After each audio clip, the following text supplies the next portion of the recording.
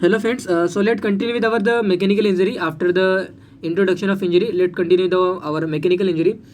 तो mechanical injury means a kind of mechanically अगर हम किसी को ट्रॉमा देंगे या फिर मैकेनिकली अगर किसी को इंजर्ड करेंगे और उसके वजह से या फिर result of the mechanical trauma that is called as our mechanical injury. Okay, तो नॉर्मली आपने बहुत सारे देखा होगा कि काइंड ऑफ अगर किसी को हम हिट करते हैं या फिर किसी को ट्रॉमा देते हैं तो डेफिनेटली क्या होता है कि एक एब्रेजन, एक खरोच जैसी स्ट्रक्चर आती है, उन्हीं को नॉर्मली हम एब्रेजन बोलते हैं। या फिर ब्रूज वगैरह भी देखा होगा आपने कि किसी को मारने के बाद एक स्किन के बीनीथ एक यू कैन से ब्लड का धब्बा आ जाता है। Okay, that is called the Bruges.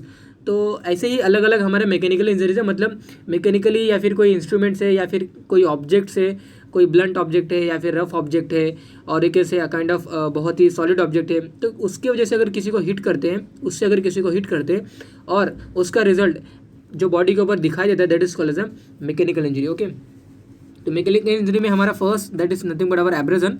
Abrasion normally layman में जो हम खरोच बोलते हैं that is called as abrasion. तो एब्रेजन देखिए, it is a mechanical injury caused by the blunt hard and rough object. जो पर्टिकुलर इंस्ट्रूमेंट होते हैं, you can say a kind of जो ऑब्जेक्ट होते हैं जो ब्लंट होते हैं, जो शार्प नहीं होते, जो ब्लंट होते हैं, जो हार्ड होते हैं और जो रफ इन नेचर के होते हैं, नॉर्मली इसकी जैसे हमारा एब्रेजन ये कॉज होता है। Where the integrity of the skin get disturb. खरोच में आपने देखा होगा कि काइंड ऑफ जो स्किन होती है, ऊपर की जो स्किन होती है, एपिथेलियल जो स्किन होती है, वो नॉर्मली यू कैन से निकल जाता है। ओके, तो integrity of skin get disturb may present with the bleeding भी हो सकती है और heals very rapidly as fast other physical injury with no scar formation year.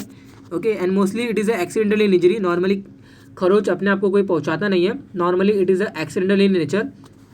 मतलब राइडिंग वगैरह होती है बाइक की और suddenly we suppose we false over the road, तो इसकी वजह से क्या होगा कि एक road you all know that कि ये रफ ऑब्जेक्ट रहता है। ओके, तो रफ ऑब्जेक्ट है and that's Y, solid object है, रफ ऑब्जेक्ट है एंड दैट्स वाई वो एब्रेजन को क्रिएट करता है। मतलब सीवियर एब्रेजन वहाँ पे क्रिएट होता है अगर सपोज राइडिंग हो रही है, साइकिल राइडिंग है या फिर मोटरसाइकिल राइडिंग है, बाईसाइकिल राइडिंग है, what ever so. Suppose suddenly अगर हम कहीं गिर जाते हैं या फिर रनिंग वगैरह कर रहे हैं, सडनली अगर हम कहीं गिर जाते हैं तो इसकी वजह से क्या होता है कि या फिर सपोज काइंड ऑफ आपने कीले वगैरह देखा होगा, तो अगर वो लग जाते हैं या फिर sharp object in the sense, वो भी हम एग्जांपल यहाँ पे ले सकते हैं। तो वॉट एवर सो, जैसे हम बाईसाइकिल या फिर राइडिंग वगैरह की मैं बात कर रहा था, तो अगर राइडिंग वगैरह के टाइम अगर आप गिर जाते हो तो डेफिनेटली गिरने के बाद एक रफ ऑब्जेक्ट और सॉलिड ऑब्जेक्ट की वजह से आपकी स्किन की इंटीग्रिटी डिस्टर्ब हो जाती है, वहाँ पे खरोच डेवलप होता है, that is called as abrasion. तो a form of mechanical injury that result in denudation of the superficial epithelial layer of the skin by the way of rubbing against the rough surface। तो abrasion are simple superficial injuries. Okay, normally ये easily heal हो जाता है, कोई scar वगैरह form नहीं होता इसके अंदर। ओके, स्कार मतलब काइंड ऑफ हील होने के बाद कोई हीलिंग मार्क वगैरह नहीं रहता है। ओके, तो ब्लीडिंग वेरी स्लाइटली, कभी कभी होता है कि ब्लीडिंग वगैरह के साथ में खरोच आती है, कभी कभी सिर्फ खरोच आती है। तो bleeding very slightly but heels very rapidly in few days without leaving a permanent scar. तो टाइप देखिए, हमारे स्क्रैच एब्रेजन है, ग्रेज एब्रेजन है और प्रेशर और इम्पैक्ट इंजरीज और प्रेशर और इम्पैक्ट एब्रेजन है।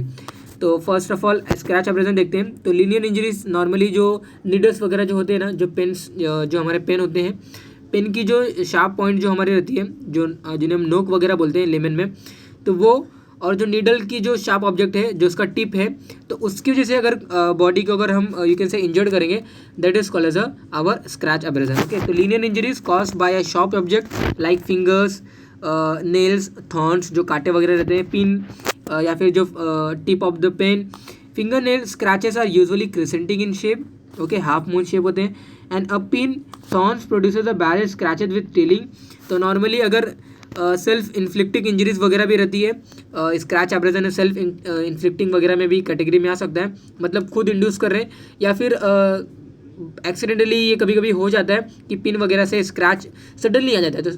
तो इसका इसे how we will find out कि ये स्क्रैच एब्रेजन है। तो फर्स्ट ऑफ ऑल आप देख सकते हो कि यहाँ पे कुछ ऐसा खरोच जैसा है और अलॉन्ग विद दैट यहाँ पे ब्रूज मार्क भी आपको दिखाई दे रहा है, मतलब ब्लडी स्पॉट जो है वो बीनीथ द स्किन आपको यहाँ पे क्लियर कट विजिबल हो रहा है। तो ये स्क्रैच एब्रेजन है हमारा, जहाँ पे due to the pin point you can say object की वजह से ये कॉज होता है। और स्टार्टिंग से जब हम जैसे हम एंड तक जाएंगे तो डेफिनेटली टेलिंग होती है, मतलब जो मिडल जो पोर्शन होगा ना वो थोड़ा सा ब्रॉडर होता है, ब्रॉडर इंजर्ड होता है। तो ये हमारा स्क्रैच एब्रेजन है। ग्रेज एब्रेशन में देखिए, जब मैंने आपको जैसे एग्जांपल दिया था, अ काइंड ऑफ मोटरसाइकिल राइडिंग हो रही है या फिर बाईसाइकिल की राइडिंग हो रही है या फिर रनिंग हम कर रहे हैं या फिर हम यू कैन से सडनली किसी ने फोर्सफुली धक्का वगैरह दिया, तो डेफिनेटली जब हम फॉल होते हैं over the on the road और you can say rough object, किसी भी रफ ऑब्जेक्ट पे, तो डेफिनेटली ये ऐसा एब्रेजन आपको दिखाई देगा जहाँ पे पूरी स्किन की जो लेयर है आप ये देख सकते हो ये रिमूव हो गई है, पील ऑफ हो गई है। तो graze abrasion also called as scraping और ब्रूज एब्रेजन। ओके, यहाँ पे आपको बहुत ही ज़्यादा ब्रूज दिखाई देगा, आप ये देख सकते हो ब्लीडिंग वगैरह भी हो रही है, ब्लीडिंग विद एब्रेजन यहाँ पे है, एंड अलॉन्ग विद दैट यहाँ पे ब्रूज भी आपको दिखाई दे रहा है। ओके, तो cause when broader surface of skin get scraped और slightly against at any rough surface और ऑब्जेक्ट, तो डेफिनेटली ये ग्रेज एब्रेजन रिजल्ट होता है। तो show multiple linear furrow mark and superficial nerve ending get exposed and that's why burning pain type of pain present or the present in this particular graze abrasion। तो जितने भी nerve होती है ना beneath the skin, उनकी nerve ending जो होती है बीनीथ द स्किन वो एक्सपोज हो जाती है, वो अल्टीमेटली इन्वायरमेंट में सॉरी एक्सटर्नल जो यू कैन से जो इन्वायरमेंट है उसमें वो क्या होता है एक्सपोज होता है, and that's why burning pain यहाँ पे होता है in our graze abrasion. Okay, तो इंटीग्रिटी ऑफ स्किन डिस्टर्ब होती है, एब्रेजन यहाँ पे मिलेगा, और large you can say broader part of our skin get disturb और integrity of the skin get disturb in this, and along with that bleeding रहेगा, abrasion रहेगा, कंट्यूजन रहेगा, ब्रूज वगैरह भी रहेगा। Okay, that is called as graze abrasion. तो highway accident वगैरह में ग्रेज एब्रेजन बहुत ही कॉमनली रहता है नॉर्मली, जैसे मैंने आपको बताया कि सडनली फॉल हुआ या फिर एक्सीडेंटल केसेस में भी अभी आपने देखा होगा कि काइंड ऑफ किसी ट्रक ने जो मोटरसाइकिल से या फिर जो बाईसाइकिल से अचानक उन्होंने फोर्सफुली थ्रस्ट दे दिया, तो डेफिनेटली वहाँ पे अगेन फॉलिंग होता है जिसकी वजह से ग्रेज एब्रेजन वगैरह हो सकता है।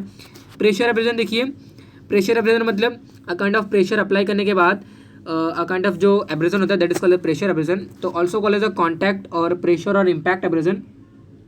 तो फ्रिक्शन और क्रशिंग एब्रेजन हमारा ये होता है नॉर्मली हैंगिंग वगैरह में, आपने देखा होगा, ये हैंगिंग के लिए एग्जांपल मैंने लिया है, अदरवाइज ऐसे बहुत सारे एग्जांपल है जहाँ पे whenever you are applying any pressure to any one और any part of the any body part, तो डेफिनेटली वहाँ पे ब्रूज होता ही होता है, along with that there is a some time की एब्रेजन वगैरह भी हो सकता है। ओके, तो जिन्हें हम क्या बोलते हैं प्रेशर एब्रेजन बोलते हैं। तो abrasion due to the pressure that is called as a pressure abrasion.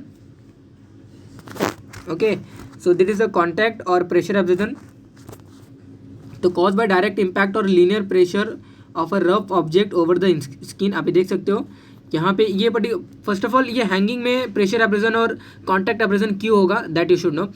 Normally जैसे मैंने आपको बताया कि अगर सपोज किसी को मैं क्या करूँगा, सपोज अगर किसी बॉडी पार्ट्स को मैं क्या करूँगा, किसी अदर पर्सन के मैं बॉडी पार्ट्स को सपोज मैं उसके काफ मसल को कंप्रेस करूँगा या फिर प्रेस करूँगा, तो डेफिनेटली थोड़े समय के बाद आफ्टर सम टाइम वहाँ पे थोड़ा सा ब्रूज वगैरह डेवलप हो सकता है क्योंकि मैंने फोर्सफुली उसको क्या किया है, प्रेशराइज किया है, तो प्रेशर एब्रेजन वहाँ पे डेवलप हो सकता है। यहाँ पे जो एग्जांपल दिया है ना, आप देख सकते हो, क्लियर कट देख सकते हो, ड्यूरिंग सुसाइडल हैंगिंग वगैरह केसेस में ये जो पर्टिकुलर जो ये स्ट्रिंग है या फिर जो लिगेचर मटेरियल है ना, इसका क्या होता है, रबिंग होता है विद द स्किन। तो ये हमारा रफ ऑब्जेक्ट है और जो हमारी स्किन है स्मूथ हमारे सरफेस होती है, स्किन की इंटीग्रिटी डिस्टर्ब करता है हमारा ये लिगेचर मटेरियल, और वहाँ पे वो scratch you can say a kind of abrasion create करता है, that is called as a pressure abrasion. Abrasion due to the pressure called as pressure abrasion. तो found in ligature pressure lesion और in hanging और in manual strangulation और ligature strangulation. तो strangulation topic, hanging topic, suffocation topic already मैंने इसके ऊपर detail video double videos I have already uploaded okay on this same topic. On getting dried up look brown and parchmentize structure वगैरह दिखाई देते हैं। तो definitely pressure abrasion क्या है, यू शुड नो एटलीस्ट कि प्रेशर के से जो एब्रेजन क्रिएट हो रहा है that is called as pressure abrasion. ये देखिए स्क्रैच एब्रेजन में, और आप यहाँ पे डायग्राम देख सकते हो, this is the our linear abrasion, जैसे मैंने आपको बताया ये ग्रेज एब्रेजन है, और अगेन ये ग्रेज एब्रेजन है, और नॉर्मली जो हमारा है अ काइंड ऑफ प्रेशर एब्रेजन। तो डिफरेंस बिटवीन द एंटीमॉर्टम और पोस्टमॉर्टम एब्रेजन, ओके, मतलब अ काइंड ऑफ एंटीमॉर्टम मतलब डेथ होने के पहले जो एब्रेजन थी, और डेथ होने के बाद जो एब्रेजन है हम कैसे उसको फाइंड आउट करेंगे। तो डेथ होने के पहले, एंटी मतलब बिफोर और मॉर्टम मतलब डेथ, तो डेथ होने के पहले जो एब्रेजन रहेगा that is called antemortem abrasion, and postmortem मतलब आफ्टर डेथ जो भी एब्रेजन रहेगा that is called postmortem abrasion.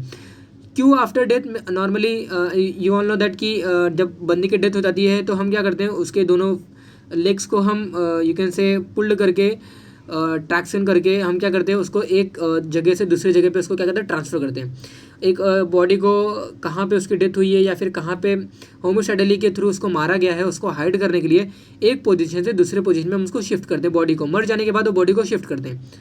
एक मतलब मेन जो हमारा है कॉज और मैनर ऑफ द डेथ जो है उसको हाइड करने के लिए क्रिमिनल्स क्या करेंगे, डेफिनेटली बॉडी को एक पोजीशन से दूसरे पोजीशन में उसको माइग्रेट करते हैं। तो बॉडी के डेथ होने के बाद भी वहाँ पे एब्रेजन क्रिएट हो सकता है। Okay, that is called the postmortem abrasion.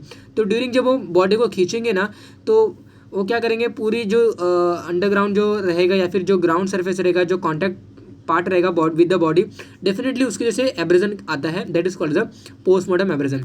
तो हाउ वी विल आइडेंटिफाई कि ये मरने के बाद एब्रेजन हुआ है कि ये ड्यूरिंग द मरने के टाइम में उसका एब्रेजन हुआ है।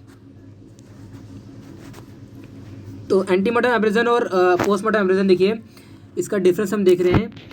तो एंटीमार्टम एब्रेजन में जो एब्रेजन का जो कलर रहेगा ना, ये नॉर्मली ब्राउनिश और रेडिश कलर का दिखाई देगा, और पोस्टमार्टम एब्रेजन में नॉर्मली वो ब्राउन और पार्चमेंटाइज लाइक स्किन यहाँ पे दिखाई देती है।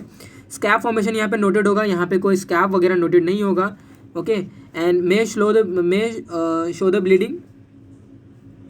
तो बिफोर द डेथ अगर कोई एब्रेजन रहेगी, that is called as antemortem abrasion, and after death जो एब्रेजन होती है that is called postmortem abrasion. Scab formation यहाँ पे नोटेड होती है, यहाँ पे कोई स्कैब वगैरह नहीं होता है क्योंकि बॉडी की नॉर्मल मैकेनिज्म अभी पूरी तरीके से स्टॉप हो चुकी है, and that's why no scab formation is noted in this particular type of abrasion. And it may show a bleeding यहाँ पे टोटली एब्सेंट होती है, कोई ब्लीडिंग यहाँ पे दिखाई नहीं देती है। साइन ऑफ हीलिंग यहाँ पे स्टार्ट होता है, यहाँ पे कंटिन्यू रहता है, क्योंकि एब्रेजन की वजह से किसी की डेथ नहीं हो रही है, एब्रेजन ऑलरेडी था, and that's Y abrasion already patient को था या फिर किसी बंदे को था, और किसी दूसरे एक्ट की वजह से बंदे की सपोज डेथ होती है, या फिर कोई अगर उसको डेथ करता है या फिर उसको कोई अगर सपोज मारता है, तो डेफिनेटली ये हमारा एंटीमार्टम एब्रेजन है। मतलब बिफोर हिज डेथ उसको ऑलरेडी जो एब्रेजन है that is called antemortem abrasion, और मरने के बाद जो एब्रेजन कॉज हुआ रहेगा that is called postmortem abrasion. तो पोस्टमार्टम एब्रेजन में कोई भी हीलिंग और यू कैन से काइंड ऑफ ब्लीडिंग वगैरह, हीलिंग वगैरह, कोई स्कैब फॉर्मेशन नोटेड नहीं होती है। इन्फेक्शन या पस फॉर्मेशन यहाँ पे एब्रेडेड पार्ट में यहाँ पे मिलेगा, यहाँ पे वो भी आपको नहीं मिलता है। सरफेस में फील मॉइस्ट, यहाँ पे टोटली ड्राई फील होगा, और एक्सुडेशन ऑफ सीरम और ब्लड यहाँ पे आपको इस एब्रेजन में दिखाई देती है, बट यहाँ पे कोई भी आपको नो एविडेंस ऑफ एक्सुडेशन और ब्लीडिंग यहाँ पे नोटेड होगा। तो बहुत ही क्लियर कट, बहुत ही सिंपल वे में हम एंटीमार्टम एब्रेजन और पोस्टमार्टम एब्रेजन को यू कैन से डिफरेंशिएट कर सकते हैं। ओके, जितने भी हीलिंग जो प्रोसीजर्स हैं या फिर जितने भी हीलिंग जो हमारे प्रोसेस हैं या फिर ब्लीडिंग वगैरह, ये सभी यहाँ पे नोटेड नहीं होता हमारे इस पर्टिकुलर पोस्टमार्टम एब्रेजन में। एज ऑफ एब्रेजन देखिए, नॉर्मली कलर ऑफ द जो हमारे एब्रेजन होते हैं ना, जो खरोच होती है, उसको देखकर हम आइडेंटिफाई कर सकते हैं कि बंदे को काइंड ऑफ बंदे को कब ये एब्रेजन हुआ था। तो फ्रेश एब्रेजन में नॉर्मली वो रेड कलर का होगा, ऊजिंग कैपिलरी ब्लड की वजह से वो पर्टिकुलर एरिया रेड कलर की होती है। 12 to 24 आवर में डार्क रेड कलर का आपको दिखाई देगा वो एरिया, जो भी कुछ आपका एब्रेजन एरिया है। ड्राइड अप जो भी ब्लड वगैरह रहते हैं वो सभी ड्राई हो जाते हैं, दैट्स डार्क रेड कलर का हो जाता है। 2 to 3 डे के बाद ब्राउनिश रेड हो जाता है, scab adhering over the abraded area. Okay, brownish colour की एक यू कैन से लेयर हमारे इंजर्ड पार्ट के ऊपर आ जाती है, एंड दैट इज जो लेयर होती है, जो लेयर्ड पार्ट है हमारा, वो ब्राउनिश कलर का रहता है। ओके, ब्राउनिश रेड कलर का रहता है, and that is due to the scab adhering over the abraded area. 4 to 7 day में देखिए डार्क ब्राउनिश रेड आपको दिखाई देगा, क्योंकि वहाँ पे एपिथेलाइजेशन स्टार्ट हो गई है फ्रॉम पेरीफेरी। 7 to 10 डे में ये देखिए आफ्टर द एब्रेजन या फिर after the you can say abrasion या एब्रेजन, तो डी पिगमेंटेड एरिया हो जाता है। काइंड ऑफ स्कैब जो होता है ईजिली हम उसको पील ऑफ कर सकते हैं, वो ड्राई हो जाता है, एंड ये देखिए ईजिली वो फॉल ऑफ भी हो जाता है। 10 to 12 डे में ईजिली वो फुल्ली यू कैन से क्योर हो जाता है, कोई हीलिंग मार्क वगैरह वो बिहाइंड नहीं करता है, and epithelisation become complete and no mark seen. This is nothing but our age of abrasion. तो depend on the colour of scab और क्रस्ट और यू कैन से एब्रेजन और abraded area, we can easily know the age of abrasion. Okay, कब ये एब्रेजन हुआ था easily we can rule out. Okay, now medical legal importance of this you can say a kind of our abrasion. तो abrasion seen over the face, mouth, chin, cheeks, side of nostril वगैरह में अगर दिखाए तो definitely ऐसा हम बोल सकते हैं कि स्मॉदरिंग वगैरह का केस हुआ है। मतलब काइंड ऑफ जानबूझ के हमने उसके जो रेस्पिरेटरी पैसेज को हमने क्या किया, ब्लॉक करने की कोशिश की है, स्मॉदरिंग वगैरह, ये हम इसे बोलते हैं। तो वहाँ पे स्मॉदरिंग केसेस में आपको एब्रेजन आपको नोटेड मिलेगा, जो नोज स्ट्रिप है वहाँ पे आपको एब्रेजन मिलेगा। लिप्स में बीनीथ द लिप्स आपको बहुत ही सीवियर ब्रूज या फिर एब्रेजन वगैरह दिखाई देगा। Okay, the nail mark abrasion over front और side of neck will be indicate the manual compression और स्ट्रैंगुलेशन। तो मैनुअल स्ट्रैंगुलेशन मतलब जब हम हाथ से किसी की यू कैन से नेक को जब हम कंप्रेस करेंगे, that is called as manual strangulation और थ्रोटलिंग। तो इस केस में देर में चांस की फिंगर्स के पार्ट तो वहाँ पे रहेंगे ही, फिंगर्स के जो हमारे जो मार्क्स हैं वो सभी वहाँ पे in the form of bruise तो रहते ही रहते हैं। अलॉन्ग विद दैट अगर नेल के मार्क्स वहाँ पे नोटेड हो सकते हैं, तो जो नेल्स के जो during the strangulation during the kind of neck compressing, तो वहाँ पे ऐसा हो सकता है कि नेल के जो मार्क्स है वो वहाँ पे बिहाइंड हो सकते हैं ऑफ दैट पर्टिकुलर एक्यूज्ड जिन्होंने विक्टिम को किल करने की कोशिश की है। A mark of ligature around the neck in the form of friction और प्रेशर एब्रेजन शो और रिवील्स द हैंगिंग और ligature strangulation. Okay, then presence of abrasion marks over the exposed part of the body that denote the self defence injury, मतलब खुद को बचाने के लिए a kind of तो ड्यूरिंग द जो भी कुछ एक्यूज हो, जो विक्टिम एक्यूज क्या करेगा, उसको मारने की कोशिश करेगा विक्टिम को, तो डेफिनेटली विक्टिम क्या करेगा, काइंड ऑफ अपने आप को बचने की कोशिश करेगा। तो during this kind of activity देर में समटाइम की जो एक्यूज है वो बॉडी पार्ट्स में काइंड ऑफ मतलब हम हाथ से किसी भी एक्टिविटी को करने से उसको रोकेंगे। मतलब अगर कोई सपोज कोई बंदा अगर नेक को कंप्रेस करे, मैंने नेक को कंप्रेस कर दिया, definitely I will remove that hand और I will prevent that strangulation by removing their hand. तो अपने हाथ से मैं उसके हैंड को क्या करूँगा, वहाँ से उस एरिया से हटाऊँगा। तो डेफिनेटली जो बॉडी पार्ट है मेरा, ओके या फिर एक्सपोज बॉडी पार्ट है मेरा, हैंड्स है या फिर चेस्ट है, तो ये सभी एरिया में सपोज वो जो एक्यूज है वो हमें इंजर्ड कर सकता है। ओके, ताकि अगेन एंड अगेन वो उस पर्टिकुलर प्रोसेस या फिर जो वो मारने के जो वे वो अप्लाई कर रहा है, ताकि वो अगेन एंड अगेन उसको डिस्टर्ब ना करें। तो नैपी अब्रेजन वगैरह भी हो सकता है। एक्सक्रीटा जो रहती है बेबीज़ के, अगर वो सपोज उनके बटक से अगर रब करें तो डेफिनेटली नैपी अब्रेजन होता है। तो that's why regular changing of the nappy और जो भी कुछ हमारे रहते हैं, ओके उसको हमेशा चेंज करते रहना चाहिए। तो नैपी डर्मेटाइटिस और नैपी रैशेस वगैरह हो सकते हैं। तो abrasion over breast, arms, forearms, inner aspect of the thigh, external genitalia of females that reveal sexual assault वगैरह केस हुआ है। ओके, एंड दैट्स वाई ये सभी एरियाज में बहुत ही क्लियर कट और मतलब ड्यूरिंग रेप और ड्यूरिंग सेक्सुअल असॉल्ट वगैरह केसेस में डेफिनेटली ये सभी एरिया में आपको एब्रेजन या फिर ब्रूज वगैरह ये सभी नोटेड होता है। ओके, तो ये देखिए जस्ट इन शॉर्ट यहाँ पे medico legal importance of abrasion देखिए। तो मैनुअल स्ट्रैंगुलेशन से जब हम किसी के नेक को कंप्रेस करेंगे तो हाथ के नेल के जैसे जो एब्रेजन होता है वो भी वहाँ पे हो सकता है।